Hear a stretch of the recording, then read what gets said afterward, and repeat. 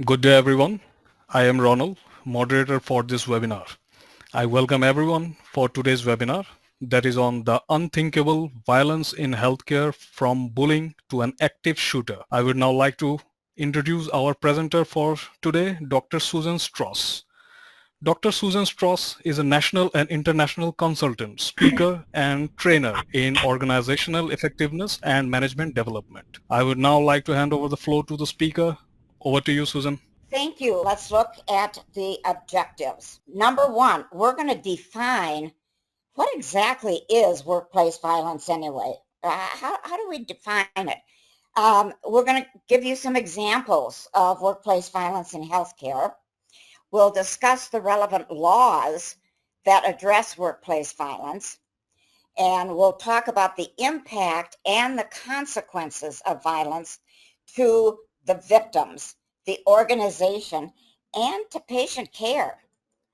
We'll examine the clinical, occupational, social, and economic factors of violence in healthcare.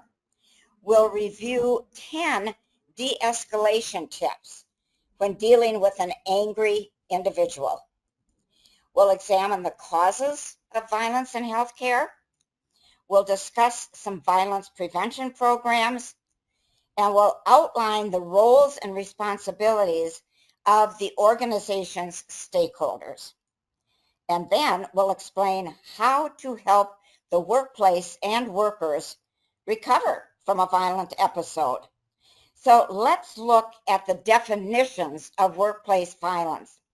And I'm just going to throw these up on the screen, and I'm going to let you peruse through them. It's offensive language and abuses. Now that can be bullying, it can be harassment. This gives you a little bit more information. Workplace violence is not annoying behavior. Conflict in and of itself is not violent. And what's the impact of violence? Healthcare is known as a toxic work environment, and it can have a huge impact on the individuals that are targeted. What about workplace violence outside the workplace? Domestic violence, which is the largest cause of workplace violence. And what's the scope of the problem? And homicide is the leading cause of job-related deaths. Now let's take a look at some of the statistics. Now this was as of July 9th. 50% of women are the victims of mass shootings. Now women as victims, let's take a look at that. 25% of the female fatalities were due to workplace violence. OSHA identifies high-risk industries, and guess who's number one?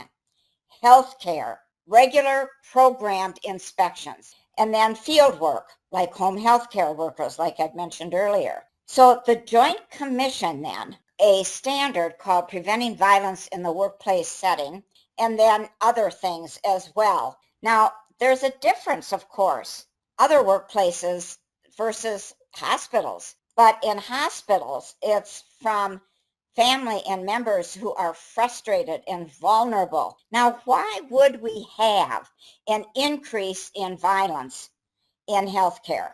Even if you've got no guns are allowed, well, we know how that goes. So what are some of the organizational risk factors? Nurses will say it's just part of the job. For moderate risk and high risk, go ahead. So the highest risk then is, one I forgot to mention, ICU, and what nurses are subjected to. And there it is. The emergency departments study some of the key findings.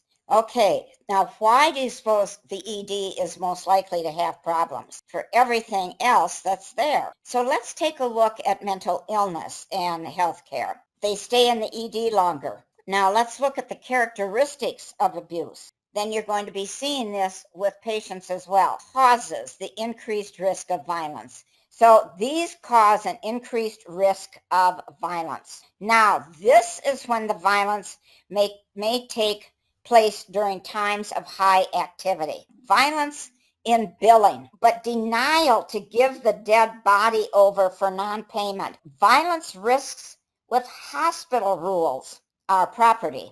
Now that is what gets people in a tizzy. Now, what increases the emotional tension? and that they're in a cramped physical space. So nurses do not report physical abuse. So what is your definition of violence? Why are nurses not reporting? And that they do not have the right when there's been violence, physical violence, for example, which could be criminal, to report it to law enforcement. This is a culture of acceptance that exists. So there's negative organizational outcomes, of course. And doesn't this make sense? And I'm going to add a reduced trust not only of management and coworkers. Why don't employees even report their suspicions? And they deny that it's really happening. So what about the perpetrator profile? And they hold a grudge. So you want to look at the pattern. Now, how do you spot an aggressive situation? Look at this as a pattern. So what are the warning signs again through this list? But they needed to. Now, what are some of the triggering events of domestic violence into the workplace? So there's crisis versus non-crisis thinking. Hey, that's it. We're human beings. It's built into our DNA. Now, dealing with an angry person. This is a little bit better. Do not disrespect. How do you de-escalate? We're uncomfortable with silence, all right? And call for help. Now, what about face-to-face with violence? The other side of the patient's bed and not next to the door. So what's the link between domestic violence and the workplace beyond just health care? Now, victims have legal rights to maximize protection and protect yourself and all other employees from liability. What are the laws that can apply for domestic violence? Here they are. Violence or bullying and harassment training. So how do you prevent it in the workplace? Change their work email address. I would recommend that you try to get them to say yes. So what about a shooting? Our kids in the schools have learned now an active shooter, you must have simulations. What are the high-risk positions? So what are the things for prevention and control? And the third one is post-incident response. Now you've got to create a management response team of the various departments that you would include. Culture of support, not punishment. And here are policy recommendations. And then remember anti-bullying laws. There is no federal law, so there's no private right of action for it. Are suggestions for training topics. So this is what you need to do for your prevention, to an effective prevention strategy and program. So what's worked? This is what's worked. And this just talks about stages of recovery.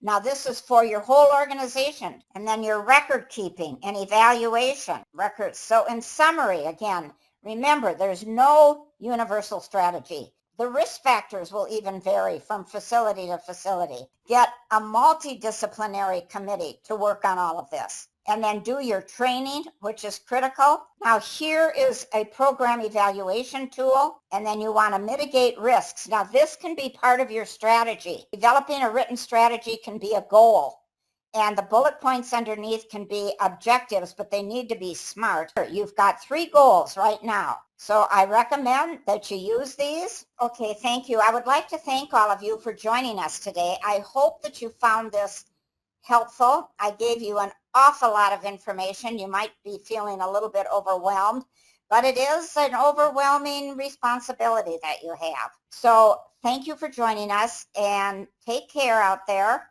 and hope to see you again. And Ronald, thank you as well. Have a good day, everybody, and a good week. Bye-bye.